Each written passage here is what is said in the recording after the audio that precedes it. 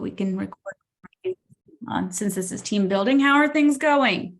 Oh, well, I lost my only buyer's agent on Friday.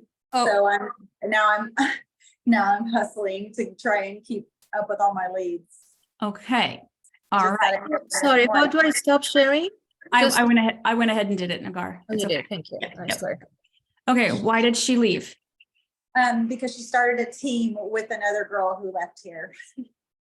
So I guess her dad's a builder, and so she had another opportunity, so she left. So All right. it is what it is. Do we have any prospects? Yes, I actually met with my broker here that I hired, and he said he'd like to help me. So Okay. he's gonna try and he'll work some of my leads. So Okay. Okay, that's good news. yeah. How many leads are we talking? About 1,800 was what she had on her. Yeah.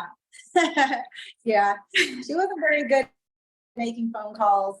She was just working the ones that I had given her. So it was just, I think it's for the best.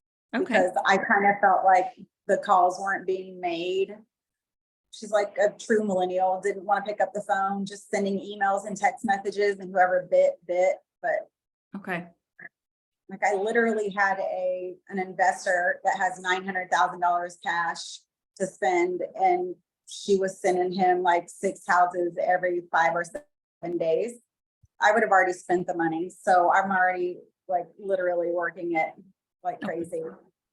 Okay. Yeah, I've heard of things that were falling through the cracks because she wasn't getting the end of the bargain, filling her.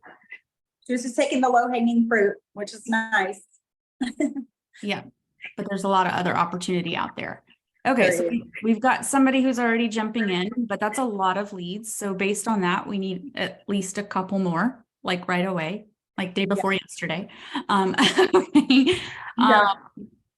Anybody else that you feel like, this is normally where I tell people to start when they're looking for help, is anybody that you recently did a transaction with that you thought was pretty incredible, that when you were holding an open house that you thought, wow, they're savvy, they're smart, something like that. Anybody that you felt like, wow?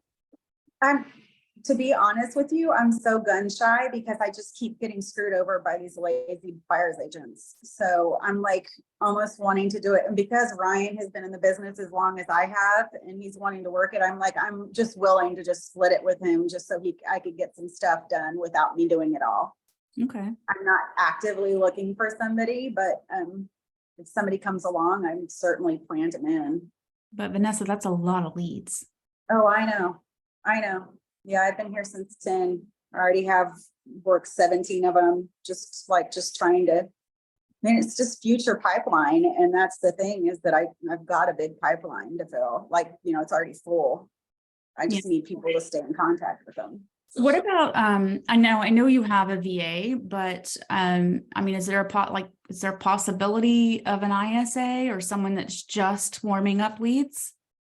Well, that's what I was thinking of doing. And Ryan said he'd be happy to do that because that's what he does. Like, he's one of those people who can just pump out like 100 phone calls and make it happen. Him doing that and me doing that. But like, I want to be able to filter these to somebody to go make, to go get them under contract. Yeah.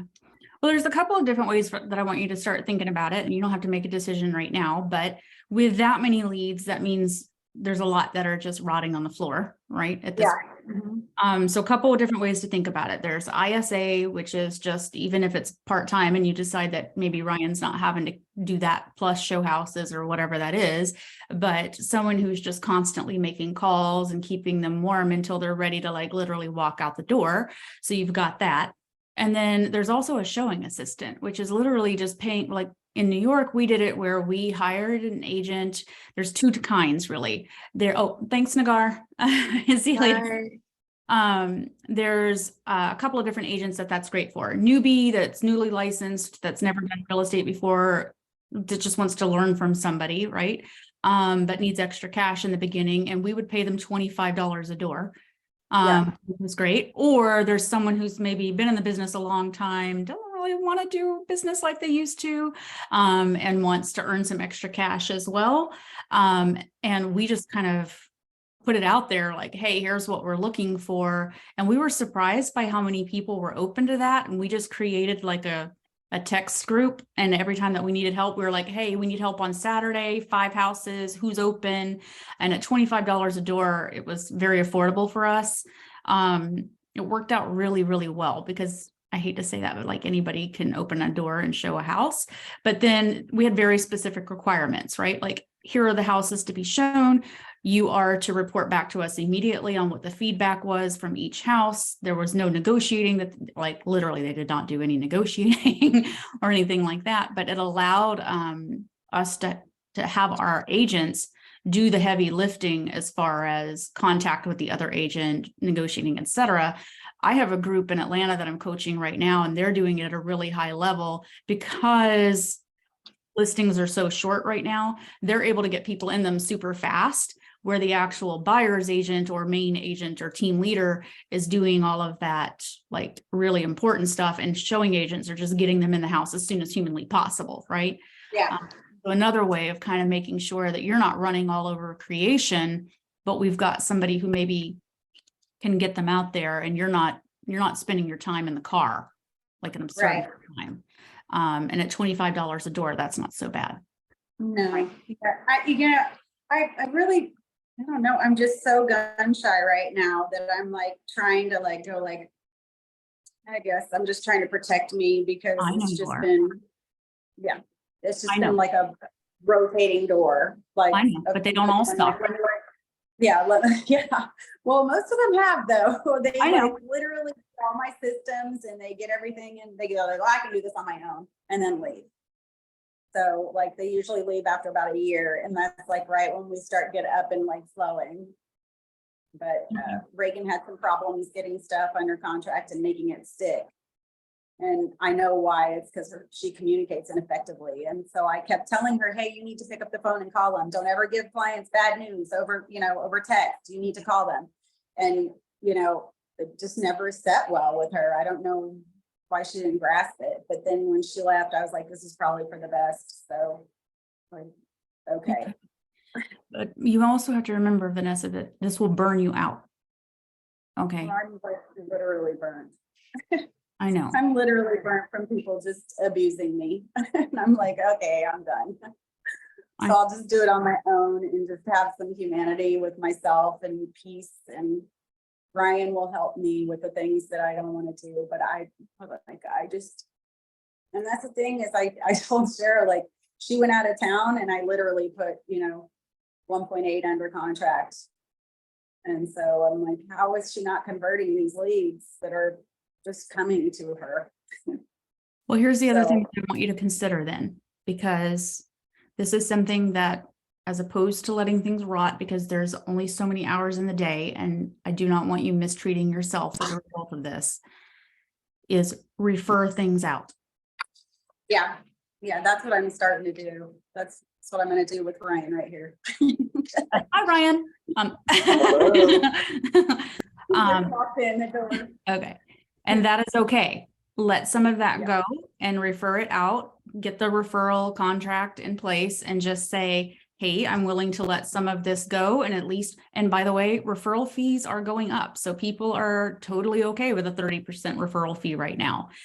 So don't shortchange yourself and say that I'm only going to take 25%, say 30%, especially if you have warmed them up. Like if you've really warmed them up, or you've had your virtual assistant do any work with them to get them going, or Ryan's done any work with them going, bump that up a bit, right? So our VA is making calls and warming people up, and we're bumping up the referral fee because I paid to produce the lead. I paid for your VA to like really warm them up.